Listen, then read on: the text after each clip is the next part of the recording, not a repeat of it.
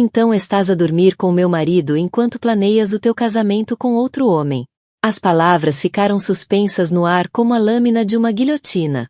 Eu estava à entrada da sala privada no Belinis, onde 20 mulheres com vestidos brilhantes congelaram a meio da celebração. O meu marido, Thomas, também estava lá, vestido. Ainda não consigo acreditar, como um stripper falso. Os seus olhos arregalaram-se de horror quando entrei com 3 pessoas. O noivo dela, Michael. O pai dela. E a mãe dela, muito católica, com um terço na mão. A expressão no rosto da Sofia valeu cada segundo da dor que eu tinha suportado. A maquilhagem perfeita dela não conseguia esconder o sangue a desaparecer das suas faces. A faixa de futura noiva de repente parecia uma piada cruel sobre o peito dela. Não era assim que eu imaginava passar a minha noite de quinta-feira. 3 horas antes, eu estava a fazer o jantar, à espera que o meu marido chegasse à casa de uma reunião de emergência com um cliente. Foi isso que ele disse. 14 anos de casamento e eu ainda acreditava nele quando ele mandava mensagem a dizer que ia chegar tarde. Fiel, confiável Miranda. Era quem eu sempre fui. Lembro-me de estar a mexer o molho para a massa quando uma notificação dos Sartvates dele apareceu no nosso iPad partilhado. Uma mensagem da Sophie, projeto de trabalho, que dizia: "Mal posso esperar para te ver esta noite. As raparigas estão tão entusiasmadas com a surpresa do stripper falso. Melhor dama de honor e namorado secreto de sempre. Show 8 show." O tempo parou. A minha colher de madeira deixou cair molho no chão da cozinha enquanto eu lia aquilo 3 vezes. O iPad revelou mais. Mensagens de meses. Recibos de hotel. Piadas internas sobre enganar a esposa e o noivo. E fotografias. Deus, as fotografias. Thomas tem estado a orientar-me, disse-me ela na festa de Natal da empresa há 6 meses. A mão dela pousada demasiado tempo no braço do meu marido. Eu ignorei o desconforto porque não queria ser essa esposa. Insegura, ciumenta, desconfiada. Caí no chão da cozinha, rodeada de suposições desfeitas. O meu casamento não era apenas imperfeito, era uma fachada. 14 anos, 3 cidades, 2 mudanças de carreira. Todas aquelas noites em que o confortei por causa do estresse do trabalho, sem saber que o estresse do trabalho tinha cabelo castanho brilhante e tinha metade da minha idade. A água da massa fervia, mas eu não conseguia mexer-me. A minha mente já estava a calcular, a processar, a decidir. Eu não ia gritar nem partir coisas. Eu não ia ligar-lhe a chorar. Era isso que ele esperava. A Miranda emocional, sempre a liderar com o coração em vez da cabeça. Não. Isto exigia algo completamente diferente. Demorei 17 minutos a encontrar o Michael nas redes sociais. 22 minutos a apresentar-me por mensagem direta. 40 minutos para ele me ligar de volta com a voz entrecortada enquanto eu partilhava provas. E 90 minutos para criarmos um plano com a ajuda relutante dele. Os pais dela estão na cidade para os preparativos do casamento, disse-me ele com a voz vazia de choque. Estão hospedados no Hotel Gardenia. Eu não pus maquilhagem. Nem mudei de roupa. Estava de calças de ganga e camisola. O meu cabelo preso num carrapito despenteado. E não me importei. Conduzi até ao hotel com as mãos firmes no volante, a ensaiar o que ia dizer. O casal idoso do quarto 412 abriu a porta para encontrar uma estranha a dizer que a futura nora estava a trair com um homem casado, o meu marido, e que hoje à noite podiam ver a prova. Isto é absurdo, disse a senhora Reynolds, agarrando-se ao casaco. A Sofia é devota ao Michael. Eles estão a planear este casamento há mais de 1 ano. O Sr. Reynolds estudou as mensagens no meu telemóvel com os olhos a apertar. Onde é que isto está a acontecer? Belinis, no centro da cidade. Sala privada, nas traseiras. A despedida de solteira dela começa às 21 horas. A vossa filha não sabe, mas o meu marido é o entretenimento. E foi assim que 4 estranhos acabaram no meu carro, a conduzir em silêncio intenso até ao restaurante. O Michael olhava pela janela, enxugando os olhos de vez em quando. O Sr. Reynolds ia limpando a garganta. A senhora Reynolds rezava baixinho, as contas do terço a fazer barulho entre os dedos. O que esperas conseguir exatamente? Perguntou-me finalmente o Michael. Eu olhei para o espelho retrovisor antes de responder. A verdade. Nada mais, nada menos. E depois da verdade, insistiu ele. Eu não tinha uma resposta. Nessa altura, estava a funcionar no piloto automático, movida por algo para além da dor. Uma determinação fria e clara que nunca tinha sentido antes. Quando chegamos ao Belinis, consegui ouvir a festa desde o corredor. Música, risos, gritos. A recepcionista tentou impedir-nos, mas o Sr. Reynolds mencionou o nome da filha com tanta autoridade que ela se afastou. E agora aqui estávamos. 20 mulheres congeladas de choque. Meu marido, com aquelas ridículas calças de stripper, parou a meio da dança. E a Sofia, o copo de champanhe a escorregar-lhe dos dedos, caiu no chão em perfeita sincronização com as mentiras cuidadosamente construídas por ela. Miranda, conseguiu finalmente dizer o Thomas. Isto não é o que parece. Terminei por ele. Engraçado, foi exatamente isso que diziam as tuas mensagens que irias dizer se fosses apanhado. As damas de honor começaram a cochichar. Alguém desligou a música de forma desajeitada. Eu sentia-me estranhamente calma, como se estivesse a ver isto acontecer a outra pessoa. Sophie, a voz da mãe dela tremeu. O que significa isto? A maquilhagem da Sofia já estava a escorrer. Mãe, pai, é complicado. Michael, eu posso explicar. O Michael deu um passo em frente. Faltam 3 semanas para o nosso casamento. 3 semanas. A minha família gastou uma fortuna. Conheceste os meus avós. Ajudaste a minha irmã mais nova a escolher o vestido de dama de honor Júnior. A voz dele falhou. Foi tudo mentira? A sala estava completamente silenciosa agora. Eu conseguia sentir todos a assistir ao colapso de várias vidas em tempo real. O meu marido deu um passo na minha direção e eu levantei a mão. Não, disse simplesmente. Não. O silêncio desfez-se quando as damas de honor da Sofia começaram a agarrar nas carteiras e casacos, desesperadas para fugir da catástrofe em curso. Uma loira alta sussurrou alto demais. Sempre achei que havia algo de estranho nela e naquele chefe dela. Outra murmurou. Oh meu Deus, os presentes do registro já chegaram à minha casa.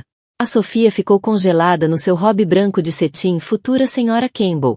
O mundo cuidadosamente construído dela desmoronar-se em tempo real. O meu marido, ainda vestido com aquela roupa ridícula, encostou-se à parede, encurralado entre a mesa do buffet e a postura cada vez mais ameaçadora do Sr. Reynolds. 14 anos, disse, a minha voz surpreendentemente firme. 14 anos. Thomas. E tive de descobrir através de uma notificação de relógio. A humilhação queimava no meu peito. Quantas pessoas sabiam? Quantos colegas trocaram olhares cúmplices quando levei bolachas feitas por mim à festa de Natal do teu escritório? Quantos jantares partilhei animadamente os planos das nossas férias enquanto tu estavas mentalmente a catalogar mentiras? O Thomas tentou controlar os danos. Miranda, por favor, vamos falar disto em privado. Isto é embaraçoso para todos. Embaraçoso. Rime. O som foi agudo e estranho, até para mim. Agora é que estás preocupado com o embaraço? Depois de apareceres na despedida de solteira da tua amante vestido como Magic Mike? É aí que traças o limite. O Michael tinha se aproximado para ficar ao meu lado, o anel de noivado ainda no dedo a brilhar com ironia cruel. Há quanto tempo? Perguntou ele, dirigindo a pergunta aos 2 traidores. Os olhos cheios de lágrimas da Sofia saltavam entre ele e o meu marido. Michael, querido, não é sério. São só 8 meses. Interrompi. Baseado nos recibos de hotel que encontrei, 8 meses de trabalho até tarde e conferências ao fim de semana. Virei-me para o Thomas. Lembras-te de quando faltaste ao 70º aniversário do meu pai por causa daquela reunião de emergência com um cliente em Fênix? Afinal, estavas a apenas 15 minutos de distância, no Lakeside Inn, com ela. A memória de estar sozinha naquele jantar de aniversário, a inventar desculpas para a ausência do meu marido, atingiu-me com uma nova força. O meu pai tinha ficado tão desapontado. Mas eu defendi o Thomas, acreditando que a dedicação dele ao trabalho era para o nosso futuro. Liguei-lhe naquela noite, descrevi-lhe o bolo, guardei-lhe uma fatia. Tudo enquanto ele estava com ela. A senhora Reynolds de repente aproximou-se da filha, o terço ainda apertado nas mãos. Criamos-te melhor do que isto, Sofia Elizabeth. O teu avô era diácono, a tua tia é freira, e tu tens. Ela não conseguiu acabar. Fez o sinal da cruz em vez disso. Mãe, é complicado, suplicou a Sofia. O Thomas e eu, nós, simplesmente ligamos a outro nível. A outro nível? Repeti. Deixa-me adivinhar. Ele disse-te que a tua ambição era inspiradora, que compreendias os pensamentos mais profundos dele, que a esposa dele, eu, já não o entendia. O lampejo de reconhecimento nos olhos dela confirmou que eu tinha acertado em cheio. Ele disse-me as mesmas coisas há 16 anos. Continuei. Quando eu era jovem ambiciosa colega dele, e ele estava noivo de outra pessoa.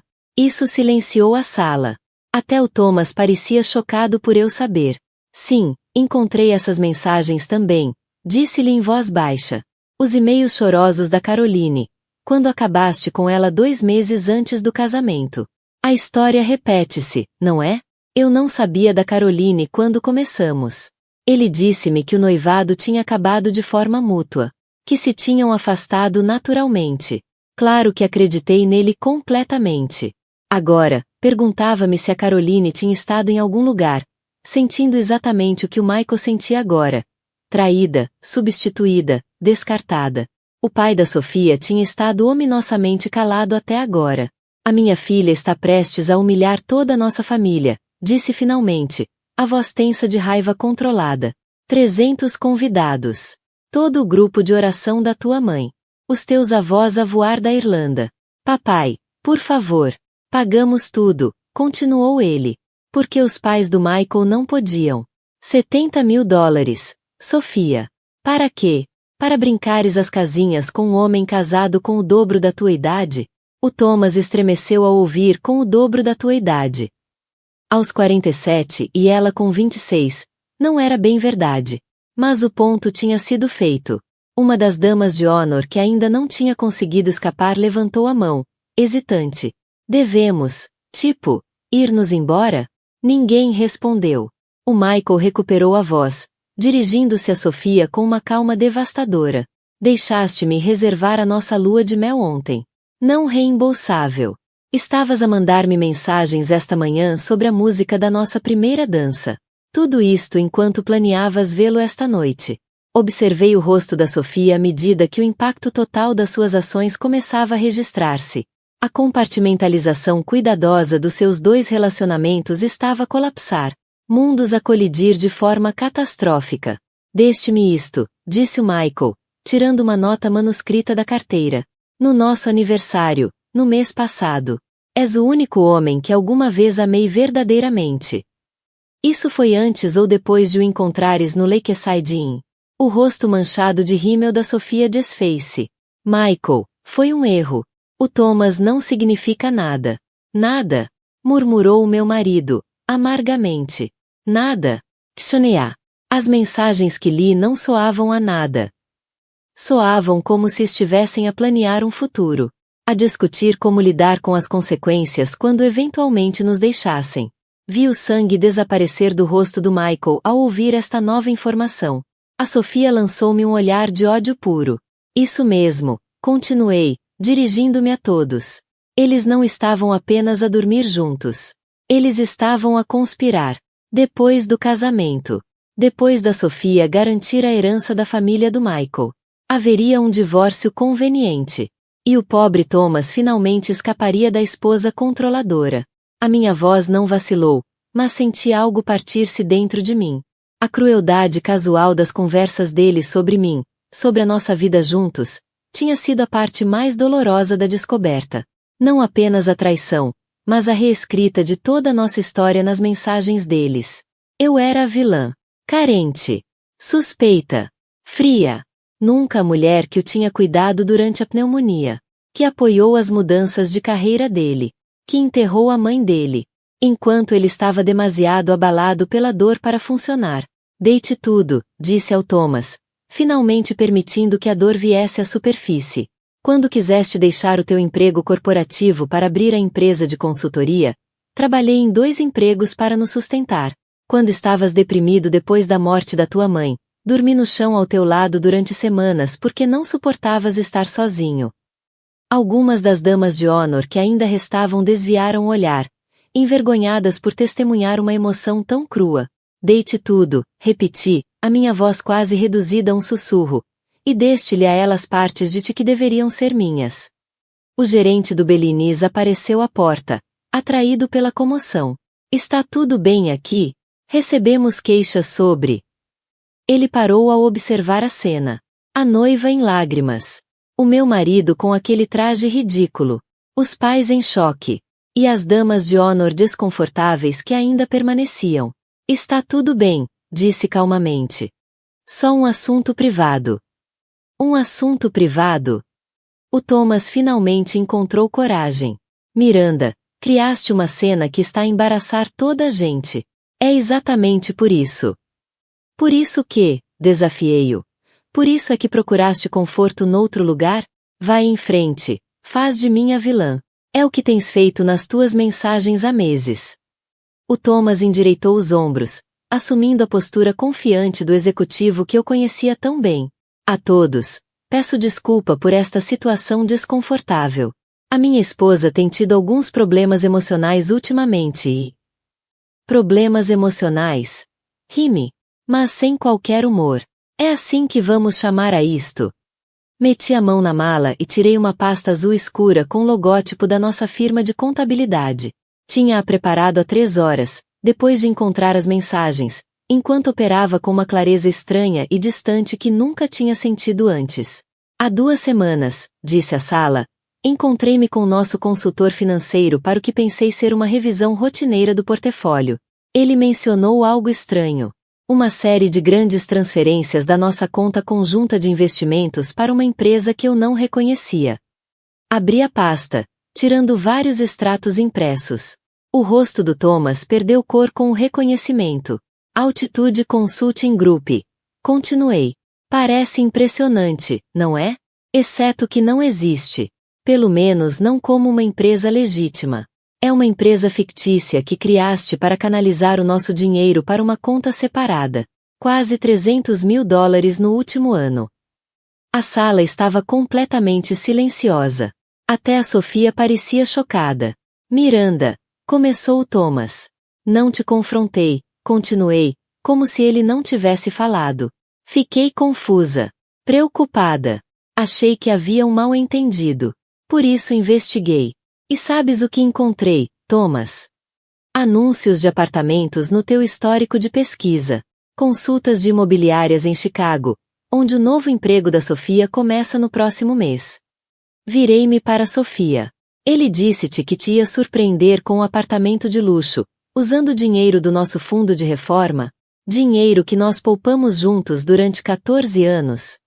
A expressão atônita da Sofia respondeu à minha pergunta.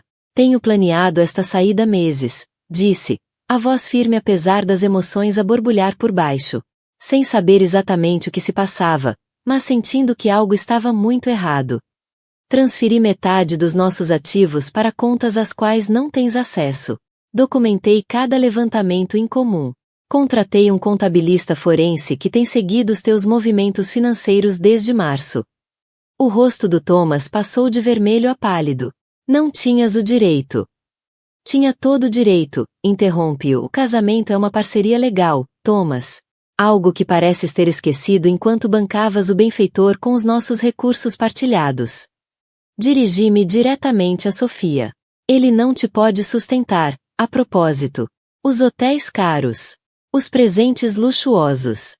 Está tudo hipotecado contra o valor da nossa casa. Uma casa que eu ajudei a pagar. Ele hipotecou o nosso futuro para financiar o vosso caso. O Sr. Reynolds avançou, claramente com o instinto de homem de negócios ativado. De quanto estamos a falar? Quase 200 mil, respondi, sem contar com o que ele já desviou das nossas contas. O Michael parecia atordoado.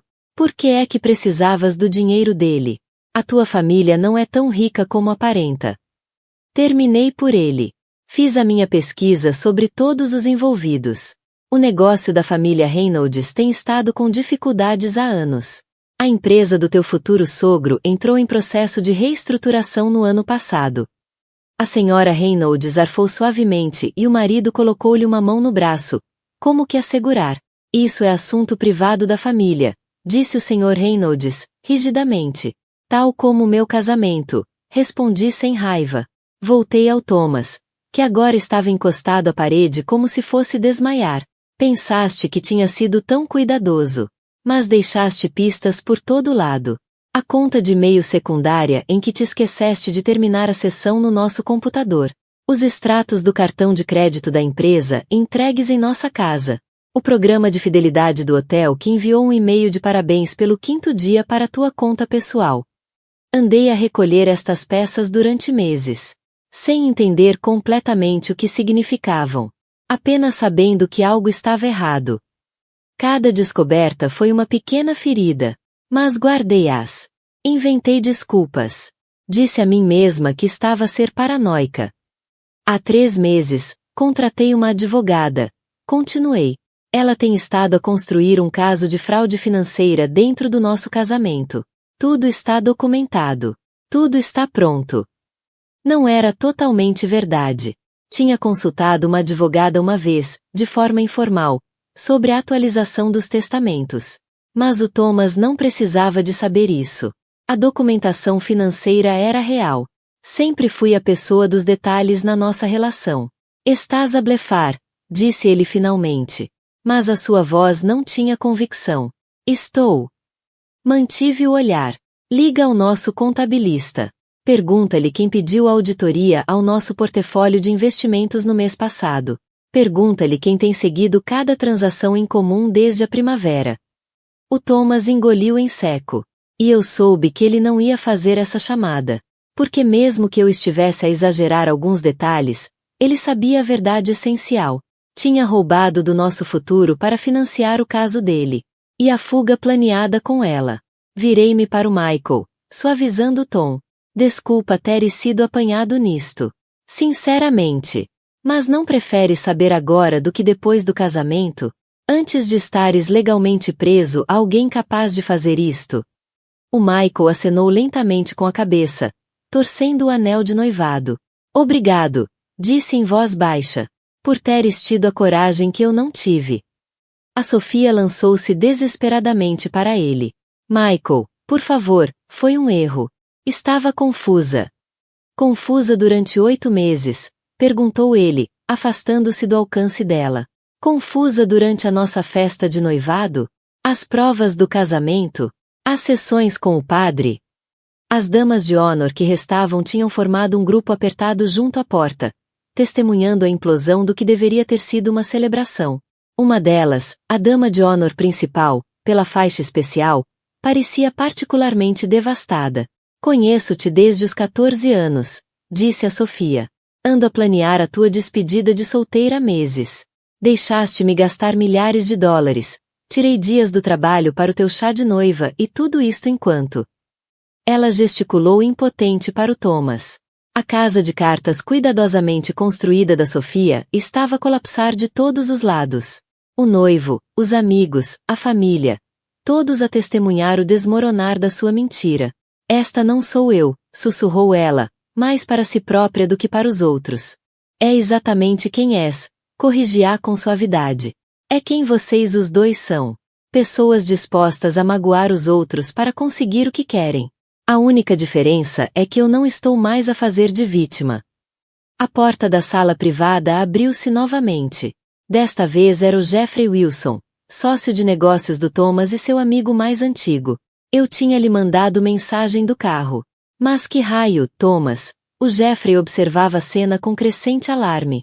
A Miranda ligou a dizer que havia uma emergência, mas isto é. Interrompeu-se ao notar a roupa ridícula do Thomas e o rosto manchado de lágrimas da Sofia. Perfeita pontualidade, disse eu, acenando para ele entrar. Já que estamos todos aqui, roupa suja, vamos completar o conjunto. O Thomas fez menção de se aproximar do amigo. Jeff, isto não é o que... Poupa-me, interrompeu Jeffrey, com ar de nojo. Avisei-te há meses que isto te ia arrebentar na cara. Então o Jeffrey sabia. Mais uma traição para adicionar à lista crescente. O que o Thomas não percebe, continuei suavemente, É que me encontrei com o Jeffrey na semana passada. Não como mulher do amigo, mas como potencial cliente. O Thomas congelou. O quê? A nossa firma tem estado a expandir a divisão de gestão de crises de imagem, explicou Jeffrey, sem olhar para o Thomas. A Miranda queria consultar sobre uma situação teórica envolvendo má conduta de um sócio corporativo.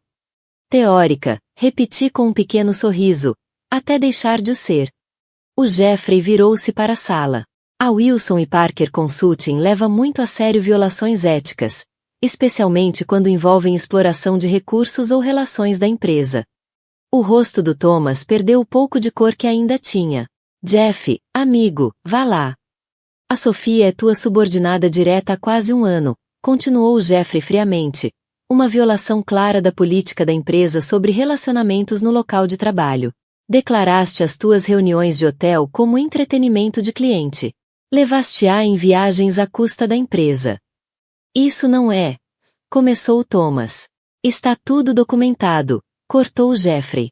Cada recibo, cada entrada de calendário, cada transação com cartão corporativo. Os sócios gerentes vão reunir-se amanhã de manhã. Vim esta noite por cortesia, para te avisar que o teu escritório será esvaziado pela segurança antes de chegares. A Sofia deu um passo em frente, a voz em pânico. Mas o meu emprego também está em análise. O teu emprego também está em análise, confirmou Jeffrey sem emoção. Dadas as circunstâncias, sugiro que atualizes o teu currículo. O desmantelamento clínico das suas vidas profissionais pareceu afetá-los mais do que o colapso pessoal. O Thomas cambaleou mesmo, procurando uma cadeira para se apoiar. Não podem fazer isto, disse debilmente. Eu construí essa empresa contigo. Trouxe a conta Vestrid. Que agora é minha, respondeu Jeffrey. Assim como todos os teus outros clientes. O acordo de sociedade que assinaste tem uma cláusula de conduta moral. Seção 4, parágrafo 3. Linguagem que tu próprio aprovaste, se bem te lembras. Na verdade, eu não sabia dessa cláusula de conduta moral até aquele momento, mas mantive o rosto neutro. Cada nova revelação era mais uma prenda. Mais uma confirmação de que os meus instintos estavam certos. O Michael observava esta troca com crescente compreensão. Virou-se para Sofia. Então também vais perder o teu emprego? Sem apartamento em Chicago? Sem rendimento? Planeavas usar o dinheiro da minha família para te sustentares enquanto continuavas com isto? Antes que ela pudesse responder, a senhora Reynolds deu um passo em frente. O choque anterior transformado agora em fúria fria. O casamento está cancelado, anunciou. Não vou ver o meu filho casar com uma mulher capaz de tal engano. Mãe, por favor, começou a Sofia. Já liguei ao padre McKinley, continuou a mãe, impiedosa. Ele concordou. A igreja não pode, em boa consciência, realizar uma cerimônia fundada em tamanha desonestidade. O Sr. Reynolds assentiu sombriamente. Eu tratarei dos fornecedores amanhã. Mais vale perder os depósitos do que avançar com esta farsa. O desmantelamento sistemático do casamento meticulosamente planeado da Sofia parecia ter-lhe partido algo por dentro. Afundou-se numa cadeira, o robe branco de cetim agora manchado de rímel e vinho. O que é que eu vou fazer agora? Sussurrou mais para si mesma do que para os outros. Sentiu um estranho momento de compaixão por ela. Apesar de tudo, era jovem, mal orientada, egoísta. Mas ver o mundo dela colapsar era como assistir a um acidente de carro em câmara lenta. Esse já não é o nosso problema, disse o Michael, a voz mais firme do que antes. Tirou o anel de noivado e colocou-o na mesa à frente dela. Mereço melhor que isto. Todos merecemos. O Thomas recuperou alguma compostura e virou-se para mim com os olhos semicerrados. Planeaste tudo isto. O confronto dramático. As revelações financeiras. Chamar o Jeffrey. Não, corrigiu, descobri a tua traição há 3 horas. Tudo desde então tem sido improviso. Mas improviso eficaz. Construído sobre meses de preparação subliminar. Enquanto meu subconsciente processava o que a mente consciente não conseguia aceitar. Aproximei-me dele lentamente. Durante meses senti que algo estava errado. Andei a recolher provas sem sequer perceber o que fazia. A documentar discrepâncias. A notar inconsistências nas tuas histórias. O meu corpo sabia que estávamos em perigo antes da minha mente o aceitar. Agora estava mesmo à frente dele, suficientemente perto para sentir o perfume. O novo, que tinha notado há meses mas nunca questionei. Enquanto tu planeavas a tua fuga, eu instintivamente construía a minha defesa. Essa é a diferença entre nós. Thomas. Tu destróis. Eu protejo. As damas de Honor já tinham deixado qualquer disfarce de discrição e estavam abertamente a gravar o confronto nos telemóveis. Amanhã isto estaria por todo o círculo social delas. Na próxima semana, ecoaria por toda a empresa. O Thomas e a Sofia não tinham apenas perdido o disfarce da relação, tinham perdido as reputações, a posição profissional, o futuro cuidadosamente construído. Arruinaste-me, disse o Thomas, em voz baixa. Não, respondi com a mesma suavidade. Foste tu. Eu só estou a garantir que não afundo contigo. Virei-me para a sala uma última vez. Acho que todos já vimos o suficiente. Michael, senhor e senhora Reynolds, lamento sinceramente pelo casamento. A culpa é destes dois, não vossa. O senhor Reynolds assentiu com rigidez. Agradecemos a tua franqueza em nos alertar. O Michael deu um passo em frente e, inesperadamente, pegou na minha mão. Obrigado, disse simplesmente. Agora dói como o inferno, mas salvaste-me de algo muito pior. O Jeffrey dirigiu-se para a porta. Thomas, tens até ao meio-dia de amanhã para devolver o telemóvel da empresa, o portátil e os acessos. A firma vai realizar uma auditoria completa às tuas contas. À medida que as pessoas começavam a dispersar, a energia na sala mudava de confronto explosivo para o vazio do que restava. O Thomas fez uma última tentativa de salvar algo.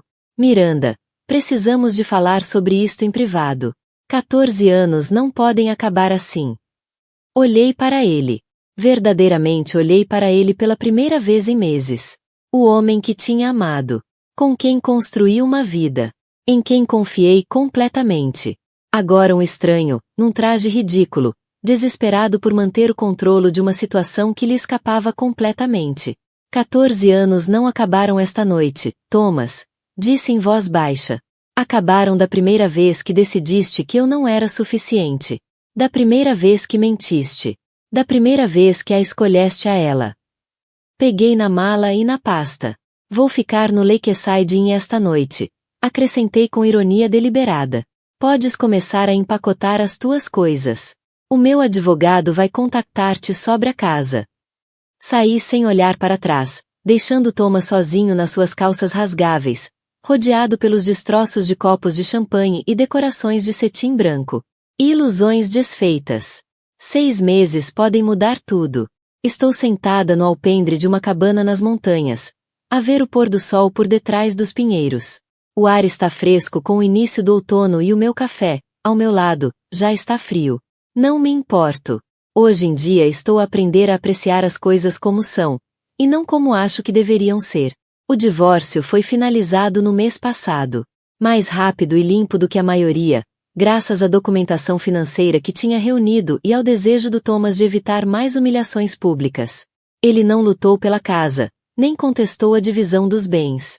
O advogado dele fez uma tentativa fraca de alegar que eu o tinha armado com confronto público, mas até isso perdeu força perante as provas das suas fraudes financeiras.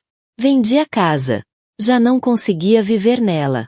Demasiadas sombras nos cantos. Demasiadas conversas gravadas nas paredes. Comprei esta cabana em vez disso. 2 horas da cidade. Perto o suficiente para ir ao trabalho 3 dias por semana, no meu novo emprego numa fundação sem fins lucrativos dedicada às artes. Longe o suficiente para parecer um recomeço. O Thomas e a Sofia não duraram 3 semanas depois daquela noite.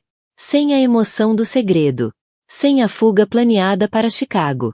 Sem os empregos ou o prestígio social. Tudo aquilo que alimentava o caso deles queimou-se rapidamente. A última vez que soube dele, tinha se mudado para Seattle para recomeçar a carreira.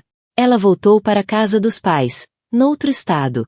A reputação dela na nossa cidade, irrecuperável, depois de os vídeos daquela noite se tornarem virais em certos círculos sociais. Não me orgulho de como tudo aconteceu.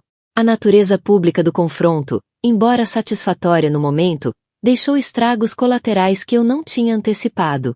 A irmã mais nova do Michael, a dama de Honor Jr., chorou durante dias. A avó da Sofia teve um pequeno susto de saúde por causa do estresse. As ondas de dor estenderam-se muito além dos participantes diretos. Ainda assim, não consigo arrepender-me.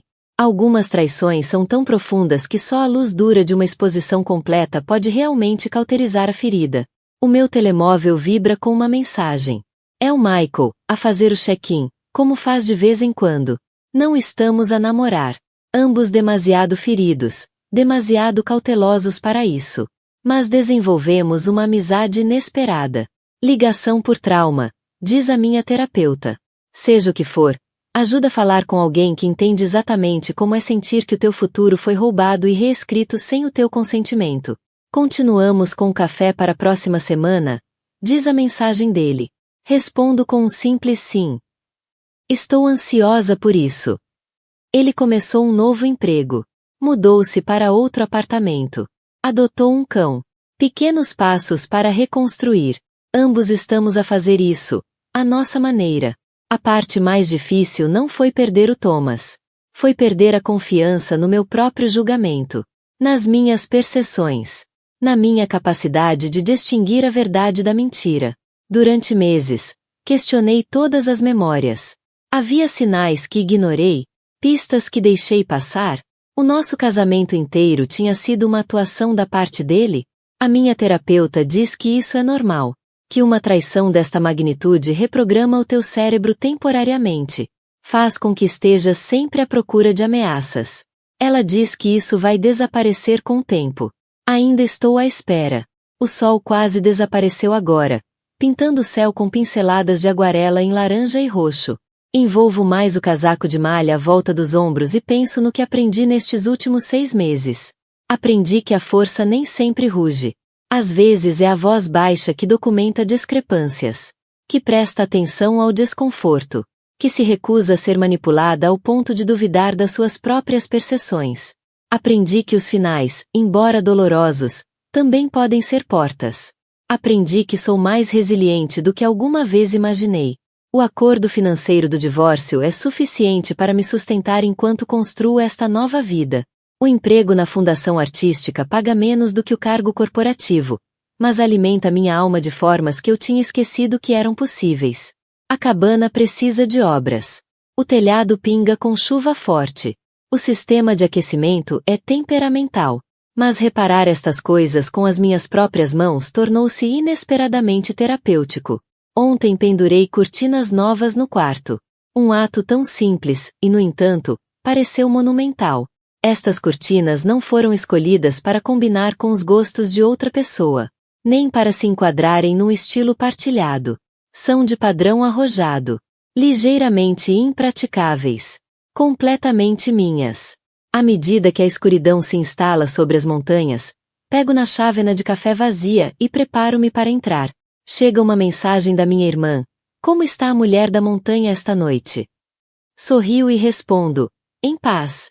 Finalmente em paz. E é verdade. A raiva não desapareceu totalmente. Ainda aparece, ocasionalmente, quando uma memória me ataca ou quando um amigo em comum menciona o Thomas. Mas já não me consome. Já não é a cor principal da minha existência. No fim, o que o Thomas e a Sofia nunca compreenderam é que recuperar o teu poder não exige esquemas elaborados nem o timing perfeito. Às vezes, é tão simples como permanecer na tua verdade e recusar olhar para o lado. Mesmo quando essa verdade está embrulhada em calças rasgáveis e gravatas falsas numa despedida de solteira em que nunca devias ter estado. Algumas tempestades destroem. Outras limpam o ar. Estou grata por ter sobrevivido à minha. E por descobrir, do outro lado, este horizonte inesperado. Aberto. E finalmente, verdadeiramente meu. O envelope esteve em cima do balcão da minha cozinha durante 3 dias antes de eu encontrar coragem para o abrir. Branco simples, endereçado à mão à senhora Rebecca Mitchell, sem remetente. Havia algo nele que parecia perigoso, como a caixa de Pandora à espera de libertar o caos na minha vida perfeitamente curada.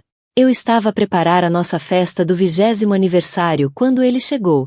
20 anos com James, o cirurgião respeitado, líder comunitário e o homem em torno de quem construí toda a minha vida adulta. O homem que se tornará cada vez mais distante no último ano, culpando os longos turnos no hospital e as responsabilidades administrativas. Naquela terça-feira de manhã, com a nossa celebração do aniversário a apenas alguns dias de distância, finalmente abri o envelope enquanto bebia o meu café da manhã. O aroma de perfume caro emanava das páginas dobradas. O meu estômago torceu-se antes mesmo de eu ler uma única palavra. Querida senhora Mitchell, começava numa caligrafia elegante. Você não me conhece, mas eu conheço intimamente o seu marido há 11 meses. A caneca escorregou da minha mão, estilhaçando-se no chão de mármore italiano que James insistira em instalar durante a nossa recente renovação. O café salpicou as minhas pernas nuas, mas mal o senti. Os meus olhos permaneceram fixos na carta. 3 páginas manuscritas com confissões detalhadas de uma mulher chamada Sofia. Ela descreveu o primeiro encontro deles numa conferência médica em Chicago, como James tirara a aliança antes de se aproximar dela no bar do hotel. As férias que passaram juntos, enquanto eu acreditava que ele estava em simpósios médicos. As promessas que ele fez de me deixar depois do nosso aniversário, quando o momento fosse certo. Como ele se queixava de mim a ela. Como ele se ria da minha ingenuidade. Estou a contar-lhe isto porque percebi que ele nos tem mentido as duas, escreveu ela. Disse-me que você era fria, obcecada pela carreira e que o vosso casamento era apenas para manter as aparências. Mas eu vi as suas redes sociais. Vi como olha para ele. Ele não merece nenhuma de nós. O parágrafo final continha informações que só alguém verdadeiramente íntimo do meu marido poderia saber. Detalhes privados sobre marcas de nascença, preferências e hábitos que tornavam a negação impossível. Ela terminou com peço desculpa por ser eu a contar-lhe isto, mas achei que merecia saber antes de celebrar 20 anos de mentiras. Li a carta 3 vezes, cada palavra queimando mais fundo na minha consciência. A caligrafia elegante, o papel de carta caro. Ela teve cuidado com esta revelação. Não foi um ataque de ciúmes. Foi um aviso calculado de uma mulher para outra. As minhas mãos tremiam enquanto dobrava cuidadosamente as páginas e as colocava de volta no envelope. Eu precisava de tempo para pensar. A celebração do aniversário, a cerimônia de renovação dos votos seguida de uma recepção para 150 dos nossos amigos e familiares mais próximos, era dali a apenas 4 dias. Todos os que importavam no nosso círculo social estariam lá. Colegas do hospital do James, a minha equipe editorial, as nossas famílias, amigos de infância, testemunhas do nosso supostamente invejável casamento. Andei pela nossa casa de 4.000 pés quadrados. A casa que eu decorei, mantive e transformei no cenário perfeito para a história de sucesso do James. A casa onde organizei inúmeros jantares para ajudar a avançar a carreira dele enquanto colocava em pausa as minhas próprias ambições como escritora. A casa onde o cuidei durante a residência, o apoiei durante a morte do pai e esperei pacientemente durante anos por filhos que eu desesperadamente queria. 20 anos da minha vida dados a um homem que conseguia tirar a aliança com a mesma facilidade com que tirava um casaco. Liguei à minha melhor amiga Nathalie, tentando manter a voz firme. Podes vir cá à casa? Preciso da tua ajuda com uma coisa da festa. Em menos de 1 hora, ela estava sentada à minha frente, na ilha da cozinha. A carta espalhada entre nós. O rosto dela passou do choque à raiva e depois à dor por mim. Aquele cabrão mentiroso e traidor. Sussurrou. Becca, lamento imenso. Não lamentes, respondi, surpreendida com a calma na minha voz. Não vou cancelar a festa. Tu não podes querer continuar com a renovação dos votos, disse ela, incrédula. Sorri, uma nova clareza a invadir-me. Vamos ter uma cerimônia, sim, só que não é a que o James está à espera. Os sinais estiveram sempre lá. Eu é que não quis vê-los.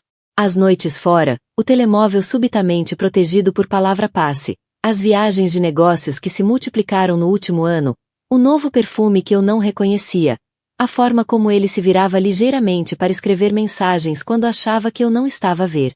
Sinais clássicos que eu, uma escritora que literalmente escreveu artigos sobre bandeiras vermelhas nas relações, escolhi ignorar no meu próprio casamento. Enquanto relia a carta da Sofia naquela noite, Memórias surgiram como corpos a emergir de águas escuras. Há 6 meses, encontrar um cabelo loiro comprido no casaco dele. Ele a descartá-lo como sendo provavelmente da nova enfermeira cirúrgica. Há 3 meses, um extrato do cartão de crédito com uma despesa numa joalharia da qual nunca recebi nenhum presente. É para o aniversário da minha mãe, disse ele. O aniversário da mãe dele era dali a 4 meses. Mas talvez o que mais magoasse não fosse o caso em si.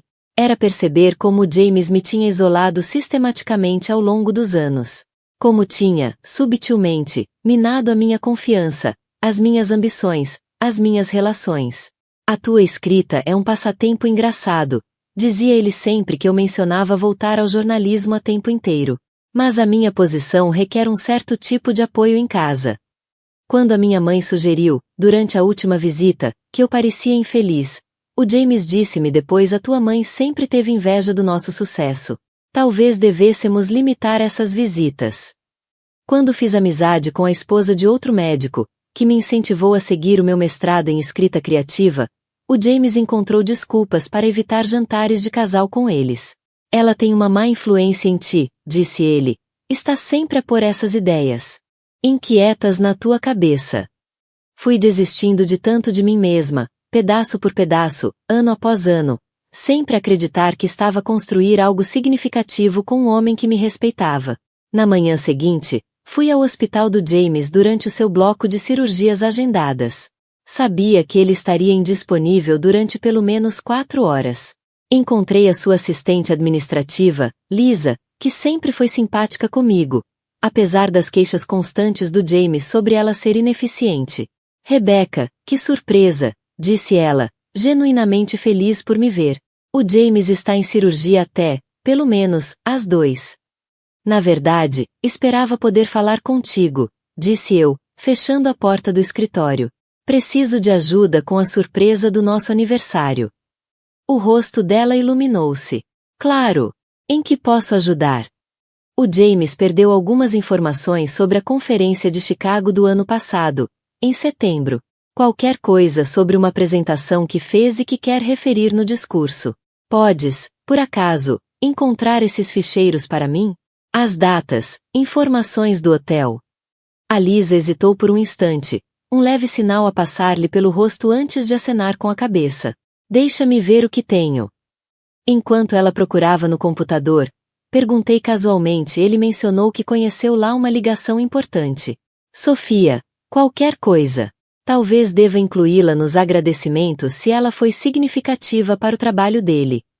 Os dedos da Lisa pararam por um momento sobre o teclado. A pausa foi breve, mas reveladora. Não me lembro de nenhuma Sofia, disse ela cuidadosamente. Mas posso verificar a lista de participantes. Observei enquanto ela abria os ficheiros, notando como evitava o meu olhar. Imprimiu vários documentos e entregou-mos com um sorriso forçado. Rebecca, disse ela baixinho, enquanto me virava para sair. Se alguma vez precisares de falar sobre alguma coisa, estou aqui. O saber nos olhos dela disse-me tudo. Ela sabia. Talvez até tivesse ajudado a encobrir algumas das mentiras dele. Já no carro, examinei os documentos. O James tinha de facto participado na conferência de Chicago, mas prolongara a estadia por 3 dias sem nenhuma razão oficial. O recibo do hotel mostrava despesas de serviço de quarto para 2. Pequenos almoços na cama para ele e a Sofia, enquanto eu estava em casa a pensar que ele estava a salvar vidas. Nessa noite, o James chegou tarde, como habitual. Recebi-o com um copo do seu uísque preferido e um sorriso que parecia uma máscara esticada no meu rosto. Como está a correr o discurso do aniversário? Perguntei. Estive o dia todo a trabalhar no meu. Ele afrouxou a gravata, parecendo momentaneamente desconfortável. Ainda estou a trabalhar nisso. Sabes que não sou bom a falar em público. A Sofia não acha isso, respondi casualmente, observando o rosto dele. O copo parou a meio caminho dos lábios. Os olhos dele encontraram os meus, a procurar o que eu sabia. Quem? Perguntou, a voz perfeitamente controlada. A Sofia. Repeti. A tua enfermeira cirúrgica perfeccionista com cabelo loiro. Aquela que está sempre a organizar eventos do departamento. Ela mencionou o quão inspiradora foi a tua apresentação em Chicago. O alívio que inundou o rosto dele foi quase cômico. Ah, pois. Tinha me esquecido de que ela esteve lá. Murmurei, virando-me para que ele não visse as lágrimas a ameaçar cair. Vou para a cama cedo. Amanhã é um grande dia com os preparativos finais da festa. Ao subir as escadas, ouvi-o fazer uma chamada telefônica, a voz baixa e urgente. A avisar a Sofia. Sem dúvida. A inventar novas mentiras para encobrir as antigas. Nessa noite, deitada ao lado do estranho a quem chamava de marido, percebi algo crucial. Durante anos, tive medo de perder o James, medo de ficar sozinha, medo de desestabilizar a vida que construímos. Mas enquanto ouvia a respiração dele, calma e regular, compreendi que já tinha perdido tudo o que importava. Tinha me perdido a mim mesma. E, de repente, já não tinha medo. Na manhã seguinte, acordei com uma clareza absoluta sobre o que precisava de ser feito. Isto não era apenas sobre expor a infidelidade do James. Era sobre recuperar a minha voz depois de anos a ser silenciada. Enquanto James estava no duche, copiei a carta da Sofia, colocando o original no meu cofre no banco. As provas precisavam de estar protegidas. Depois liguei a Nathalie. Preciso que contactes toda a gente que vai à cerimônia, disse-lhe. Não canceles, só garante que comparecem absolutamente, especialmente os membros do conselho do hospital do James. Diz-lhes que vai haver um anúncio especial. Tens a certeza disto? Perguntou ela. Mais certeza do que tive de qualquer coisa em anos, respondi. Depois de o James sair para o trabalho, fui ver o meu antigo professor de direito, Marcus Shen, que se tornará amigo da família. Eu tinha revisto o manual jurídico dele há anos, antes de o James me convencer a focar-me unicamente em apoiar a carreira dele. O Marcus ouviu sem interromper enquanto eu expunha tudo. O caso, o gaslighting, a situação financeira. Expliquei como James insistira para que eu colocasse a minha herança nas nossas contas conjuntas. Como me incentivou a manter-me financeiramente dependente dele. Eu não quero destruí-lo, Marcus, disse. Só quero o que é justo. E quero que a verdade seja conhecida. O Marcus acenou com a cabeça, pensativo. Rebecca, sabias que o James me consultou sobre alterar os teus beneficiários no mês passado? O meu sangue gelou. O quê? Ele disse que ambos tinham concordado em tornar a fundação do hospital dele a beneficiária principal do teu seguro de vida e contas de reforma. Eu disse-lhe que ambas as partes tinham de estar presentes para essas alterações. Outra mentira. Outra traição, mais profunda do que eu imaginava. O Marcus abriu o portátil. Vamos falar sobre aquilo a que tens direito legalmente. E depois vamos falar da estratégia para o evento de aniversário. Quando saí do escritório dele, tinha uma compreensão completa dos meus direitos financeiros e um plano concreto para a cerimônia. O Marcus também me pôs em contato com um contabilista forense que começaria imediatamente a investigar as nossas finanças. A paragem seguinte foi ver a doutora Eleanor West, chefe de cirurgia do hospital e superior direta do James. Embora nos tivéssemos encontrado em eventos do hospital, o James sempre desencorajou uma amizade mais próxima, alegando que a Eleanor era difícil e politicamente complicada. Ela recebeu-me no escritório com verdadeira cordialidade. Rebecca, que surpresa! Está tudo bem? Não exatamente, admiti. Preciso de falar contigo confidencialmente sobre o James. Durante a hora seguinte, partilhei detalhes selecionados do que descobri. A expressão da Eleanor manteve-se profissional, mas reparei que as mãos dela apertavam a chávena de café. Suspeitei de algo quando a candidatura Bolsa Fitley continha inconsistências, disse finalmente. O James alegou ter conduzido uma pesquisa preliminar que não coincide com os nossos registros do departamento. A Bolsa Fitley? Perguntei. Era novidade para mim. A Eleanor hesitou antes de continuar. É uma bolsa de investigação prestigiada. O James é o principal candidato, mas a fundação exige total transparência de todas as partes envolvidas, incluindo declarações financeiras. Pensei nas transferências misteriosas que descobri nas nossas contas, especialmente aquelas. Ela inclinou-se para a frente. Rebecca, se estás a planear o que penso que estás, deve saber que o conselho do hospital vai estar presente na tua festa de aniversário, incluindo o próprio Walter Fitley. Sorri. Estou a contar com isso. A preparação final foi a mais difícil. Liguei aos meus pais, que sempre adoraram o James. Tinham planeado viajar de avião para a cerimônia no dia seguinte. Mãe, pai, disse com cuidado. Há algo que precisam de saber antes de chegarem. A minha mãe ofegou quando revelei a verdade. O meu pai ficou em silêncio da forma como fica quando está verdadeiramente zangado. Vamos no próximo voo, disse a minha mãe. Esta noite. Não deves estar sozinha neste momento. Não vou cancelar a cerimônia, disse-lhes. Na verdade, preciso que estejam lá a apoiar-me. Conseguem fazer isso? Tudo o que precisares, disse o meu pai, com a voz carregada de emoção. Estamos contigo, querida. Nessa noite, sentei-me à penteadeira a olhar para o meu reflexo enquanto me preparava para o jantar pré-aniversário com amigos próximos. A mulher que me olhava parecia diferente, de alguma forma mais forte, mais determinada, com os olhos claros e focados. O James aproximou-se por trás, pousando as mãos nos meus ombros. Estás linda, disse, beijando-me o pescoço. Encarei os olhos dele no espelho. Estive a trabalhar nos meus votos o dia todo, disse-lhe. Acho que toda a gente vai ficar surpreendida com o que tenho para dizer. Algo no meu tom fê-lo hesitar, mas rapidamente recuperou. Mal posso esperar para ouvir. Mentiu com suavidade. Enquanto íamos de carro para o restaurante, o James estendeu a mão para minha. Um gesto que antes me encheria de ternura mas que agora parecia apenas mais uma atuação para um casamento que existia apenas em aparência. Deixei a mão permanecer na dele, a pensar na carta da Sofia guardada em segurança, na estratégia legal do Marcos, na revelação da Elelanar sobre a bolsa, no contabilista forense já a descobrir as fraudes financeiras do James. Amo-te, disse o James enquanto entrávamos no parque de estacionamento do restaurante. Virei-me para ele com um sorriso que não chegava aos olhos. Eu sei exatamente o quanto me amas, respondi. E amanhã todos os outros também saberão. O dia do nosso aniversário amanheceu claro e brilhante. Simbólico. Pensei. Visibilidade perfeita para a verdade que esteve escondida durante tanto tempo.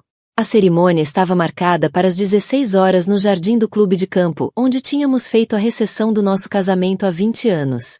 Uma renovação de votos perante 150 testemunhas, seguida de jantar e dança.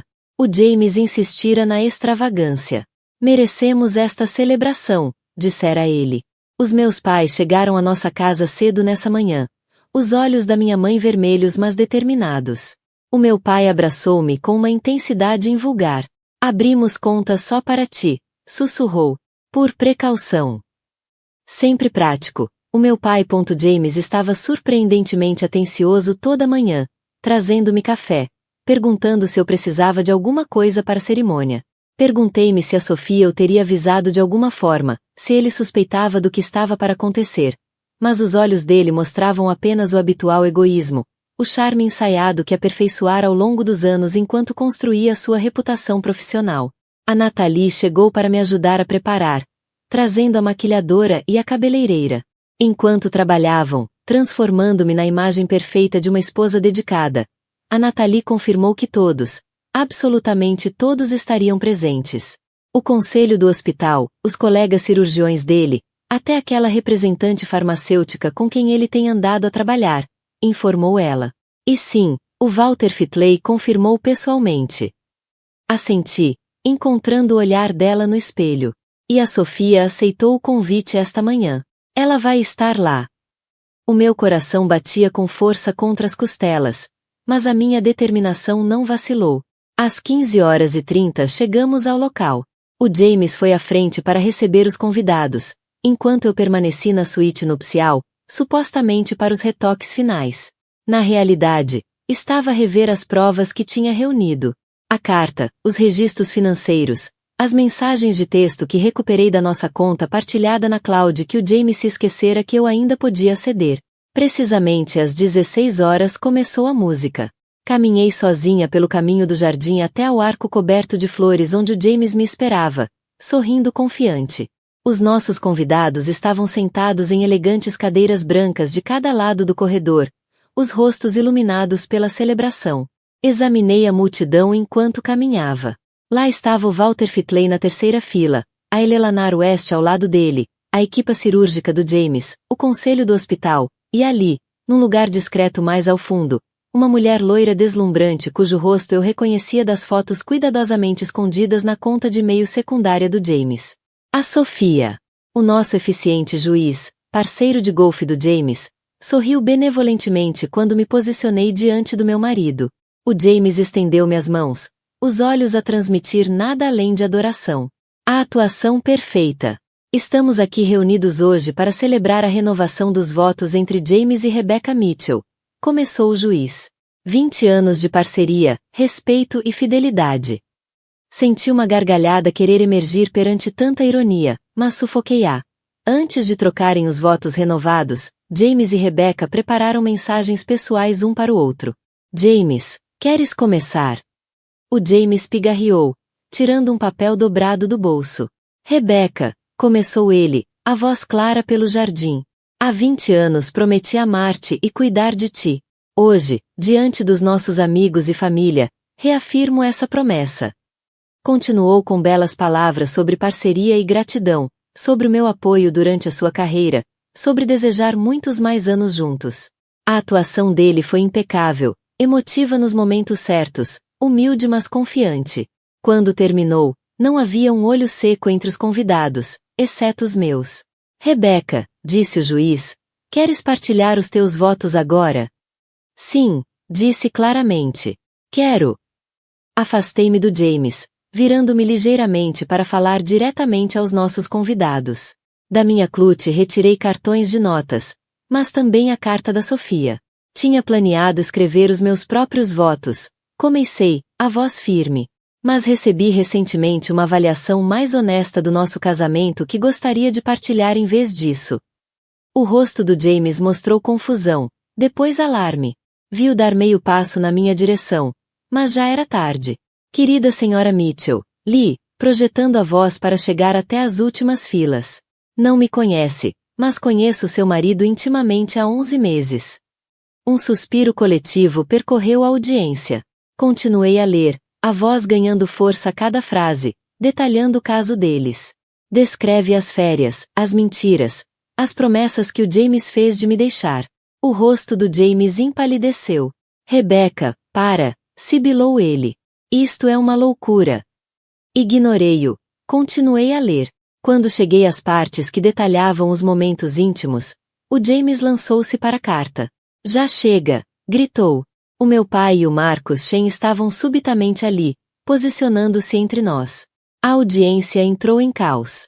Murmúrios, suspiros, o arrastar de cadeiras enquanto as pessoas se levantavam para ver melhor o drama desenrolar-se. James, disse eu, a minha voz a cortar o ruído. Talvez queiras explicar aos nossos convidados, incluindo o conselho do hospital e o Sr. Fitley, por que é que fundos das nossas contas conjuntas foram transferidos para uma conta offshore no mês passado, exatamente o mesmo montante, coincidentemente, que a Bolsa Fitley, Bolsa da Fundação, disse Eleanor West, levantando-se. James, isto é verdade. O rosto do James contorceu-se, o pânico substituindo a expressão controlada habitual. Isto é um assunto privado, gaguejou. A Rebecca está claramente. Claramente o quê, James? Interrompi. Claramente ciente de que tens falsificado dados de investigação? Claramente ciente de que tens desviado dinheiro da bolsa? Ou claramente ciente de que tens vivido uma vida dupla? Virei-me para os nossos convidados diretamente. Peço desculpa por esta exibição pública, mas recuso-me a participar em mais uma mentira. Durante anos, apoiei a carreira do James enquanto eliminava sistematicamente a minha. Defendi-o perante amigos que viam o que eu não via. Investi a minha herança na nossa vida partilhada enquanto ele, em segredo, se preparava para me deixar. Pela audiência, as pessoas estavam agora de pé. Walter Fitley conversava com urgência com Eleanor West. Os colegas do James tinham expressões que variavam entre o choque e a confirmação. Aparentemente, eu não era a única que suspeitava de algo. E então via. A Sofia, a afastar-se discretamente em direção à saída. Os nossos olhos cruzaram-se brevemente através do jardim. Não havia triunfo no olhar dela, apenas um reconhecimento sombrio. Fez-me o mais pequeno aceno de cabeça antes de desaparecer. Virei-me novamente para o James, que estava imóvel, a vida perfeita a desmoronar-se à sua volta. Pela primeira vez, vi-o com clareza. Não um cirurgião bem-sucedido, não um marido encantador, mas um homem profundamente inseguro que construíra o seu sucesso com base em mentiras e manipulação. E então, ao compreender totalmente o que estava a acontecer, as consequências profissionais, a humilhação pessoal, as implicações financeiras, James Mitchell, cirurgião celebrado, começou a chorar. Não foram lágrimas suaves, mas soluços desesperados e intensos que o fizeram dobrar-se à frente de todos os que alguma vez o tinham respeitado.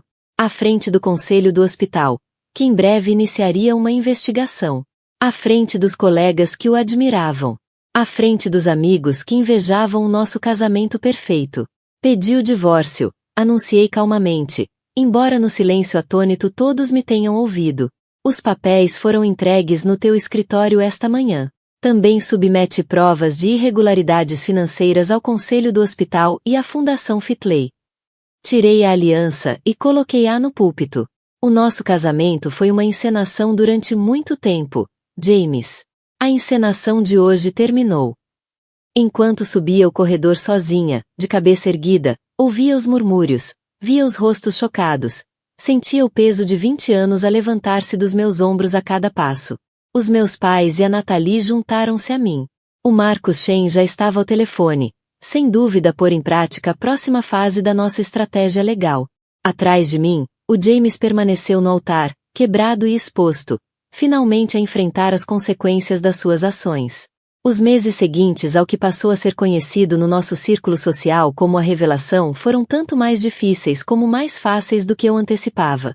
Mais difíceis porque desmontar um casamento de 20 anos implica desvendar inúmeros fios legais, financeiros e emocionais. Mais fáceis porque com cada fio cortado, sentia-me mais genuinamente eu própria do que em décadas. O processo de divórcio avançou rapidamente. O James, desesperado por minimizar mais danos à sua reputação, aceitou um acordo generoso. O conselho do hospital iniciou uma investigação completa às suas atividades de investigação e finanças, resultando na sua suspensão enquanto aguardava a revisão. A Fundação Fitley retirou a consideração da bolsa e iniciou a sua própria auditoria.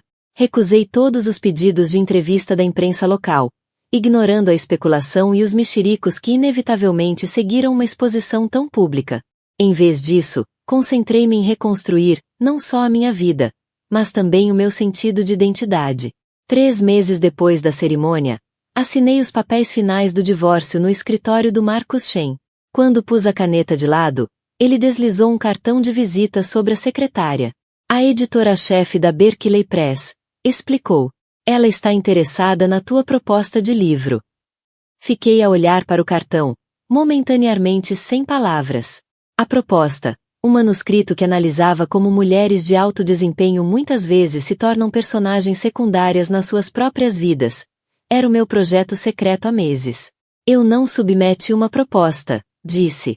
O Marcos sorriu. A Nathalie enviou, com as tuas notas e capítulos de amostra. Disse que lhe deste permissão. Não tinha, claro, mas a minha melhor amiga sabia exatamente o que eu precisava antes mesmo de eu saber. 6 meses depois da cerimônia, os meus pais ajudaram-me a mudar para um apartamento cheio de luz na cidade, um espaço moderno com vista para o parque. Nada parecido com as casas coloniais tradicionais que o James insistia que eram apropriadas para a esposa de um cirurgião. Enchi-o com livros, arte e mobiliário que refletia os meus gostos em vez de uma imagem cuidadosamente curada. Numa noite fresca de outono, organizei o meu primeiro jantar. Apenas a Nathalie, os meus pais, o Marcos e a esposa dele, e a Eleanor West, que se tornará tanto amiga como mentora enquanto eu navegava minha nova independência. Tiveste notícias dele? Perguntou a Eleanor baixinho enquanto estávamos na varanda depois do jantar. Abanei a cabeça. Não diretamente. O advogado dele diz que aceitou um cargo num hospital em Fênix. E a Sofia? Sorri ligeiramente. Ela mandou-me um e-mail. Está de volta a Chicago a fazer o doutoramento. Pediu desculpa novamente. Perdoas-lhe? Perguntou a Elelanar. Pensei nisso. Acho que sim. Também foi enganada, de certa forma. E no fim fez o que era certo. A verdade é que a minha raiva transformou-se em algo mais próximo da gratidão. A carta da Sofia foi o catalisador da minha liberdade. Dolorosa, mas necessária. 1 ano depois da revelação, o meu livro foi publicado com aclamação da crítica. Na manhã em que entrou para a lista dos mais vendidos, recebi um pequeno pacote à porta. Dentro, uma caneta de tinta vintage com um bilhete que dizia simplesmente para assinar o teu próximo contrato. Alguns finais são realmente começos. Não vinha assinado, mas reconheci a caligrafia da Sofia. Nessa noite, sentei-me na varanda a ver o pôr do sol a pintar a cidade de dourado. Pensei na mulher que era há 1 ano. A tentar desesperadamente preservar um casamento que existia apenas em aparência, sacrificando as minhas ambições e identidade por um homem que nunca me viu verdadeiramente. Pensei no momento em que me levantei diante de todos e recuperei a minha voz ao ler aquela carta. O momento em que anos de submissão silenciosa se transformaram em força. O telefone tocou. A minha agente literária com novidades sobre vendas de direitos internacionais do livro. Estão a chamar-te de a voz de um movimento, disse ela, entusiasmada. Mulheres de todo lado estão a responder à tua história. Depois de desligarmos, permaneci na varanda a ver a noite cair sobre a cidade.